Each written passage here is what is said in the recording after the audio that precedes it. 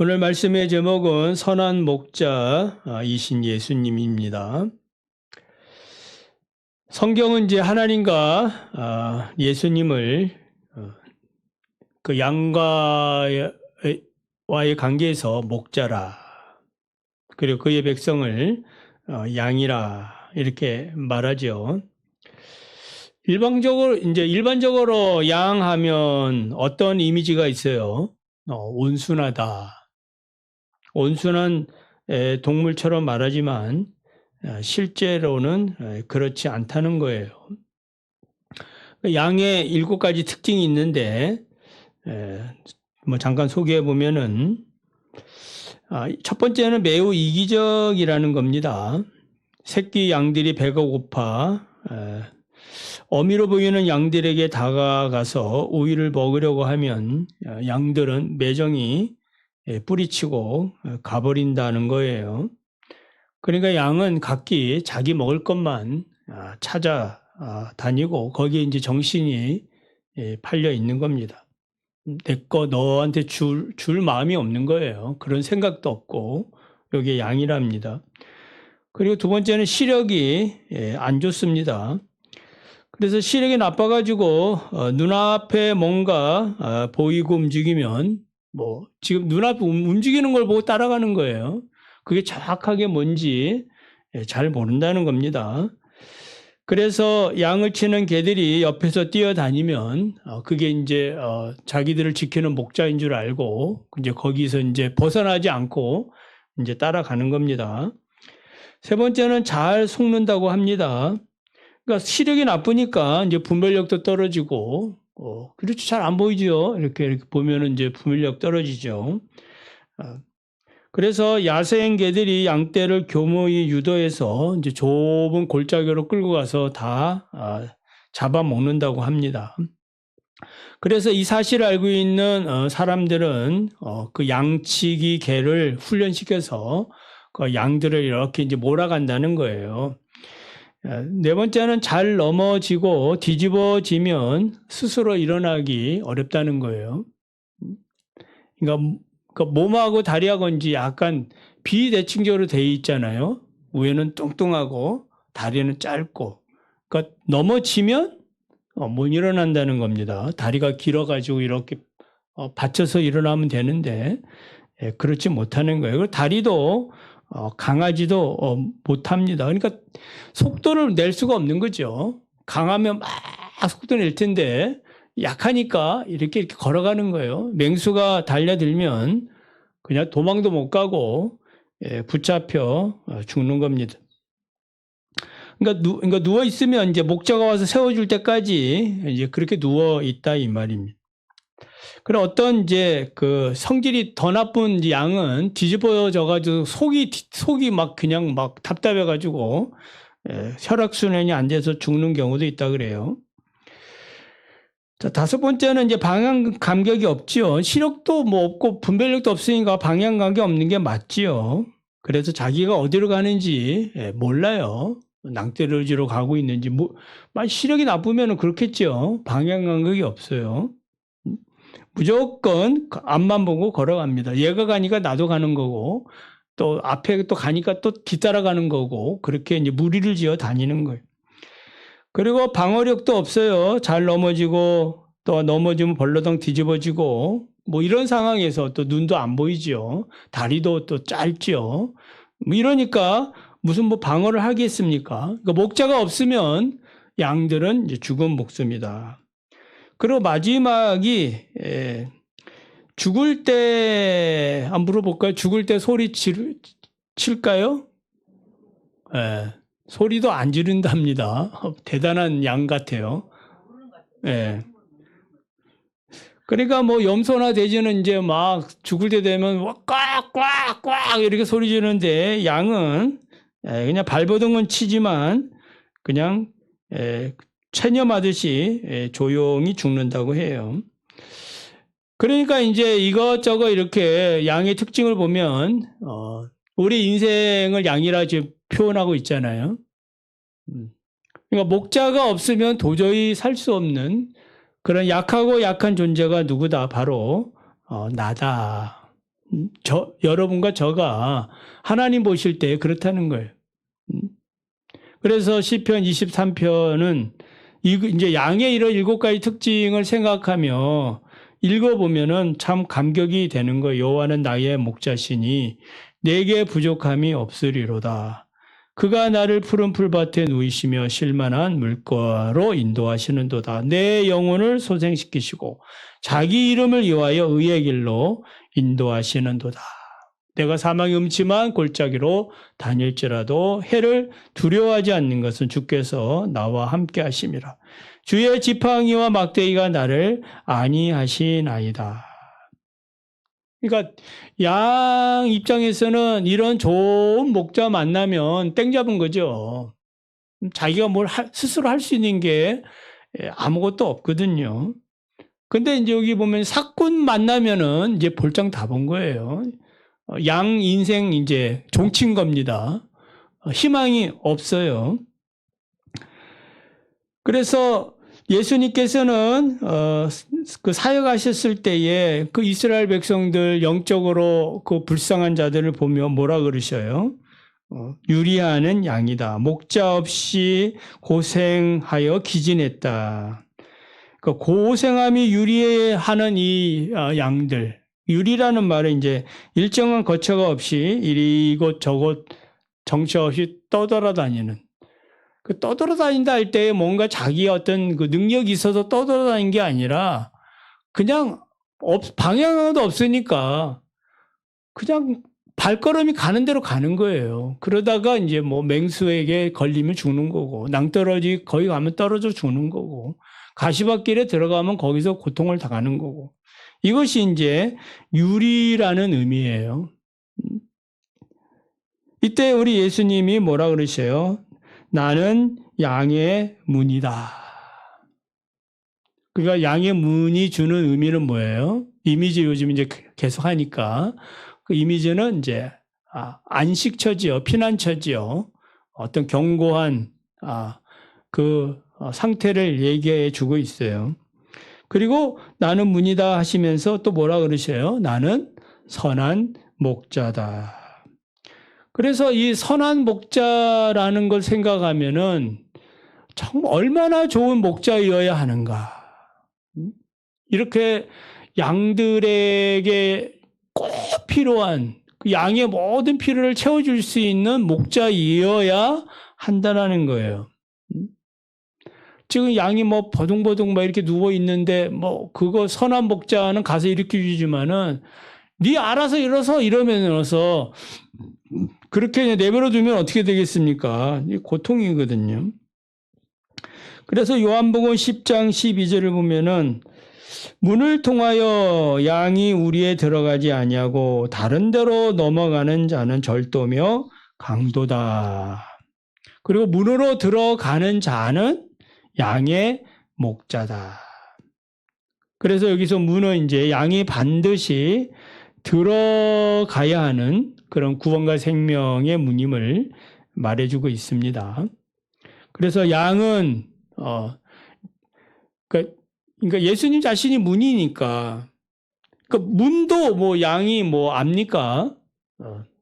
모르지요. 그러니까 모든 그 생존할 수 있는 조건들이 그 완전히 구비되어져야 양들은 살 수가 있는 거예요.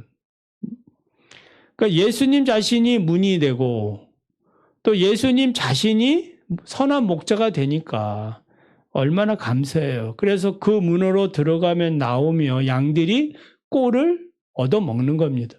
들어가며 또 나오며 양들은 그 생명을 유지하는 겁니다. 그래서 나는 양의 문이니 나보다 먼저 온 자는 다 절도요 강도들이니 그래서 내가 문이니 나를 통하여 들어가며 구원을 받고 들어가며 나오며 꼴을 얻느니라. 내가 온 것은 양으로 생명을 얻게 하고 더 풍성히 얻게 하려 함이라.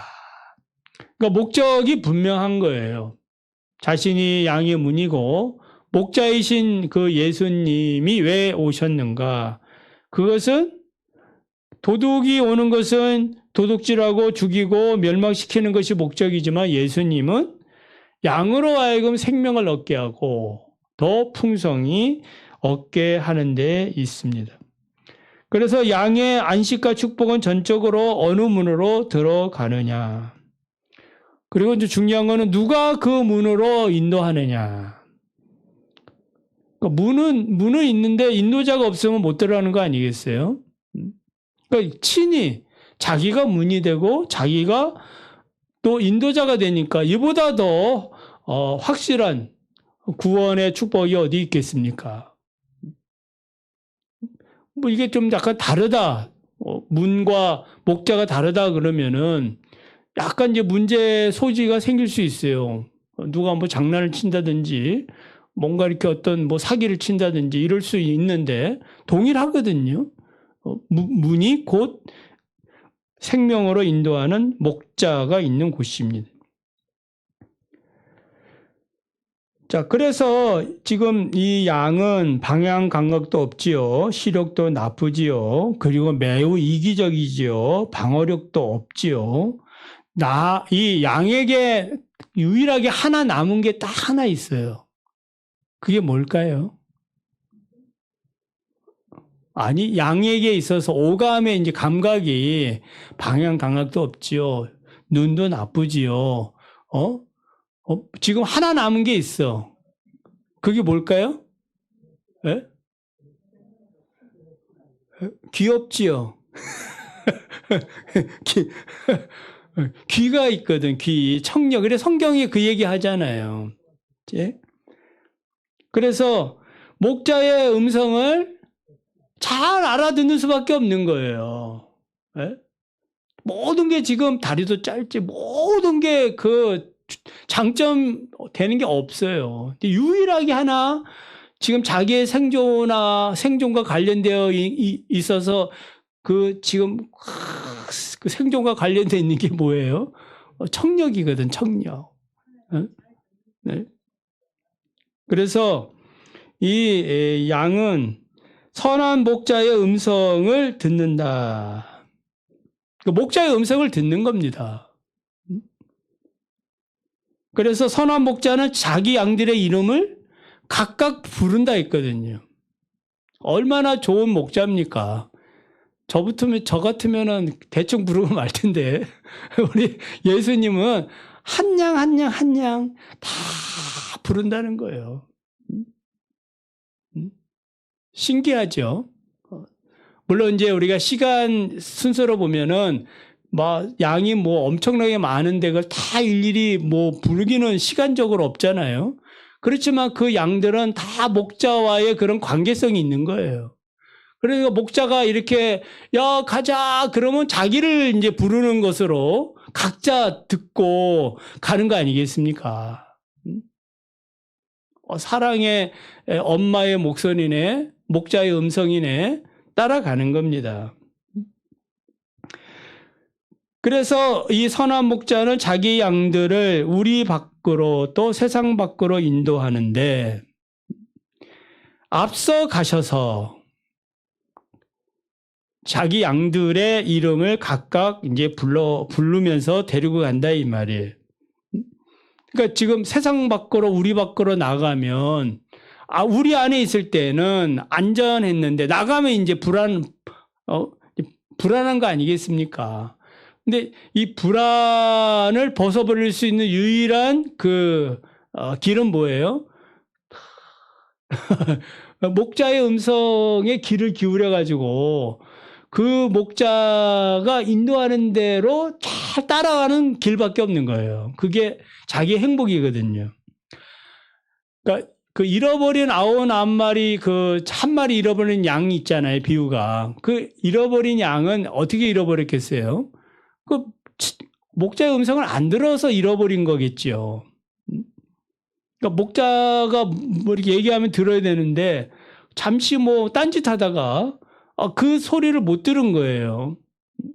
못 들으니까 길을 잃어버리고 방황하게 됐다 이 말이에요. 그래서 양들은 목자의 음성을 아는 거로 따라가고 타인의 음성, 거짓 선지자나 거짓 교사나 적그리스도의 음성을 분별한다는 겁니다. 이게 이제 주님의 양들이 가지고 있는 가장 강력한 그 특권이에요. 자기의 그 목자의 음성을 알아듣는다는 것. 그러니까 우리들은 어떻습니까? 목자의 음성을 알아듣죠. 예수님의 음성을 알아듣습니다. 감사할 일이죠. 그런데 이제 우리가 이제 삐딱하게 그 목자의 음성을 자꾸 안 듣고 이러면은 어떻게 되냐면은 이제 혼선이 빚어지는 거예요. 에덴 동산의 인간이 이렇게 타락했을 때를 봐도 하나님의 음성에 귀를 기울이지 않고 누구의 음성을 들은 거예요? 사탄의 음성을 들은 거죠. 뱀의 그 유혹을 받은 거예요. 그 말이 들어오니까 뭐 한 거예요? 그 음성을 따라 간 겁니다. 이제 최근에 뭐래 계속 이제 뇌 가소성 뭐 이런 얘기를 많이 하는데 이게 상당히 중요한 게 이게 자주 들어야 되거든요. 그래야 조금 이제 반복이 돼가지고 조금 이제 이해가 되는 거 아니겠습니까? 그러니까 뇌는 두 가지의 정보를 동시에 들어오지 못한다 이 말이에요. 그러니까 먼저 일방통행이라 먼저 들어오는 걸 받아들이는 거예요. 그러니까 이제 어떤 소리를 먼저 받느냐, 생각의 고지를 정복하라 그러잖아요. 그러니까 생각이, 그러니까 믿음의 생각, 그 축복된 생각, 하나님의 그 생각, 말씀 이런 것들이 들어와서 나를 이렇게 사로잡아야지. 자꾸 있어야 다른 소리가 들어오면 뭐 한 거예요? 물리칠 수 있거든. 거절할 수 있다 이 말이에요. 이거는 싹군의 소리네 하면서 거절할 수 있는데 이 거짓된 그 음성이 먼저 들어와 있으면은 이게 자리를 차지하고 참된 목자의 음성을 거절시킨다 이 말. 그러니까 이런 이게 이제 영적인 싸움입니다. 영적인 싸움. 그래서 우리는 언제든지 예수 그리스도의 그 말씀이 먼저 들리지기를 원합니다.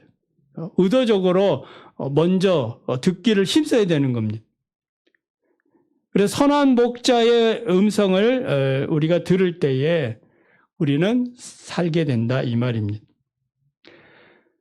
그래서 이 선한 목자는 자기 목숨을 양을 구원하기 위하여 자기 목숨을 이제 버린다.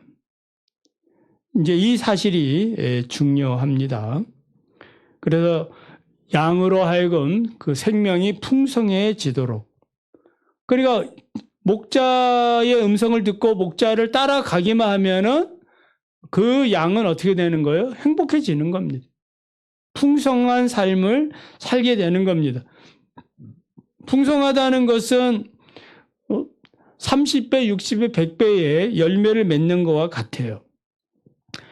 하나님이 주시는 그런 놀라운 이 복이 있다 이 말입니다. 그래서 10장 27절을 보면은 내 양은 내 음성을 들으며 나는 그들을 알며 그들은 나를 따른다. 그래서 내가 그들에게 영생을 주노니 영원히 멸망하지 아니할 것이요. 또 그들을 내 손에서 빼앗을 자가 없느니라. 아무도 목자로부터의 목자가 우리를 보호할 때에 그걸 해방할 자가 없다 이 말이에요. 조건은 딱 하나예요. 잘 듣고 목자를 신뢰하는 것밖에 없습니다. 로마서에 보면은 믿음은 어디에서 난다?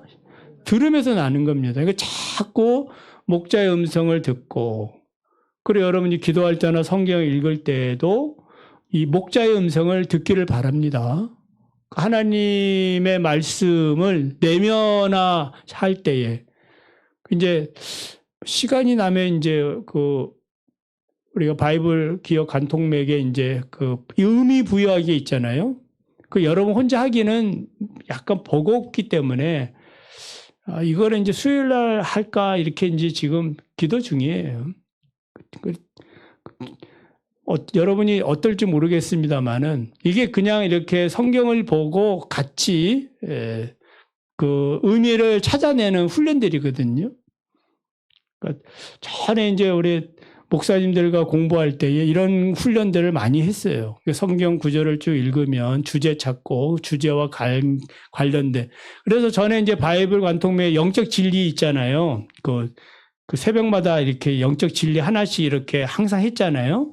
그게 이제 그런 과정을 통해서 이제 나오는 것들이거든요. 그러니까 이런 의미가 부여될 때에 우리는 하나님의 말씀을 더 오래도록 기억하고, 그러니까 감각이 묻어 있어서 그 말씀을 우리가 또 기억을 하지만은 의미가 부여될 때는 영적 진리의 말씀으로 우리가 내 영혼이 그 양식이 되거든요. 그냥 일반적 성경에 있는 스토리 자체만으로는 우리의 영혼의 양식으로는 약간 부족하거든요. 성경 지식은 우리가 많이 알게 되지만은 진짜 지식은 뭐예요? 이 말씀을 이렇게 의미가 부여돼 가지고 이 말씀을 내가 내면화시키는 것. 이런 것들이 이제 필요한데 여러분들이 뭐 좋아하면 한번 해볼 마음도 있고 잘 따라와야 이런 것도 하는 거 아니겠습니까? 목사님 혼자 하세요. 이거 혼자 하는 게 아니고 같이 이렇게 성경을 보고 어떻게 생각하시냐. 창세기 1장을 보면 하나님이 빛이 있으라 이 구절을 어떻게 생각하느냐. 그냥 물으면은 잘 못하거든요. 그러면 이제 제가 요 주제는 그 창조라고 이렇게 보면 창조와 관련된 요 내용들, 그러니까 뭐 생명은 창조이다 뭐 이런 식으로 뭔가 관련을 시켜서 자기가 이제 의미화시키는 거예요. 자, 이런 것들이 있습니다. 어떤 주의 음성을 우리가 이제 양으로서 들을 때에 이 음성이 내 속에서 내면화가 될 때에 그 음성이 오래오래 남게 된다 이 말이에요. 그냥 휘발성처럼 그냥 한번 들으면 휙 날아가 버리지 않고 그 말씀의 의미, 오래전에 뭐 부모님들이 교훈적으로 했던 말씀들이 있지 않겠습니까? 그런 것들이 이제 남아 있듯이 여러분 스스로 내가 목사가 이렇게 전해서가 아니라 여러분 스스로가 성경을 통해서 이렇게 나름대로 이 말씀을 내면화시키는 그런 훈련들이 필요해요. 어떻습니까? 예? 뭐 도전해 볼 만합니까? 예. 자, 어떻든 자, 말씀을 맺습니다. 찬송가 540장에 보면은 주의 음성을 내가 들으니 사랑한단 말일세 믿는 마음으로 주께 가오니 나를 영접하소서.